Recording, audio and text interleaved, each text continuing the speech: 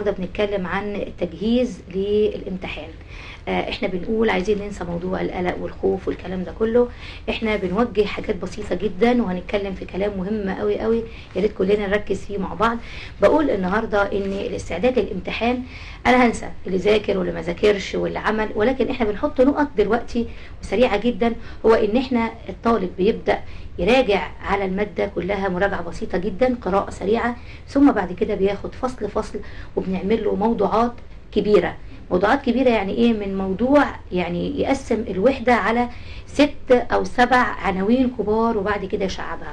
الكلام ده ليه؟ الكلام ده بنسميه استراتيجية جورج ميلر، اللي هو ان العقل بيستوعب من 7 معلومات في الدقيقة الواحدة. يعني العقل الواعي بيستخدم 7 معلومات مركزين، يعني 7 جمل مركزين في الدقيقة الواحدة.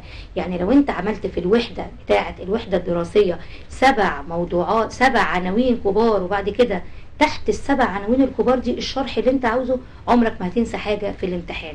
بس المواضيع دي تكون انت اللي عاملها بنفسك من خلال فهمك للوحدة كاملة. ثم بعد كده بتاخد من قلب الموضوع الكبير تطلع تحتيه، تحت العنوان الكبير ده تطلع منه 3-4 كلمات عشان يذكروك بان العنوان ده كان بتاع 5-6 صفحات في الوحدة، بيتكلم عن كذا وكذا وكذا. ودي بتكون طريقتنا لبعض المواد الدراسية، ان لازم انت بطرق، لان المخ بيستوعب بشكل عامل زي شكل بنسميه الخريطة الذهنية. الخريطة الذهنية بتنقسم زي ما قال جورج ميلر على موضوعات كبيرة جدا بتتشعب زي شكل الخريطة بالظبط. يبقى انا مثلا اخدت النهاردة مادة الجغرافيا، هذاكرها على يومين مثلا، باخد المادة دي واكتب لها عناوين كبيرة لكل وحدة، وكل تحت كل عنوان عناوين اصغر. النهاردة اليومين المتبقيين هاخد فيه عربي، اليومين التانيين هاخد فيه حساب، حسب المواد بتاعتك. بس لازم انت اللي تكتب ما تفهمه، وليست المذاكرة من الملخصات. بنقول الاستعداد ليلة الامتحان ان انا ابدأ اعمل استراتيجية مهمة جدا، اركز على تنفساتي، اخد تنفس عميق جدا بنسميه التنفس العميق اللي هو 4-2-8. يعني قبل ما ادخل انام وانا رايحة امتحن كده الصبح ان شاء الله بالنجاح لكم كلكم، باخد تنفس سريع جدا على 4 عدات من الانف، واحس ان معدتي بتعلى، مش كاتم النفس، لا انا باخد نفس عميق جدا من الانف على 4 عدات،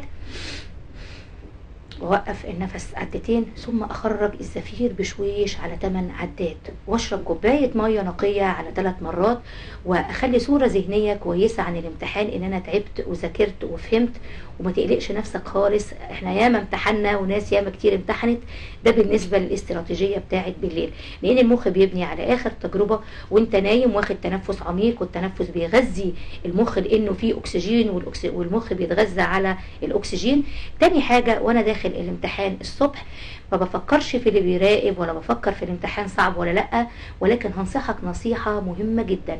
ابدأ بالسؤال اللي تعرفه، علشان لو انت بدأت بسؤال ما تعرفوش وقعدت تفكر فيه هيضيع منك نص الوقت، وممكن ان انت تنسى اللي انت عارفه اصلا من باقي الاسئلة. حاجة مهمة جدا لازم نعملها، ان انا اركز في هدفي، ان انا داخل انجح واتفوق. اخر حاجة هقولها معاكم النهاردة هي تدريب لتقوية الذاكرة والتركيز. قبل ما ابدأ مذاكرتي او قبل ما ادخل الامتحان هعمل تمرين بسيط جدا كنا بنعمله حتى واحنا اطفال. انا بحرك العين حركة دائرية من اليمين للشمال، دايرة كاملة على 3 مرات ورا بعض. انا هعمله بركز على صبعي وابص على طرف من الصابع، وبمشي بصبعي وابص عليه دايرة كاملة. الحكاية دي بتقوي المخ اليمين والمخ الشمال، وبتديك قوة تركيز. حاجة تانية ممكن نعملها، تمرين تاني بسيط لأبنائنا وأعزائنا، ربنا ينجحكم جميعا، ان انا بنقر على مناطق الطاقة في الوجه فبيديك قوة ونشاط في الامتحان والتركيز أثناء الامتحان وأثناء المذاكرة. هو ان بنقول مناطق الطاقة، ان احنا بننقر هنا 3 نقرات في مناطق الطاقة كده كده. كل ده بينشط الدورة الدموية للوجه، واتمنى لكم النجاح والتفوق بإذن الله.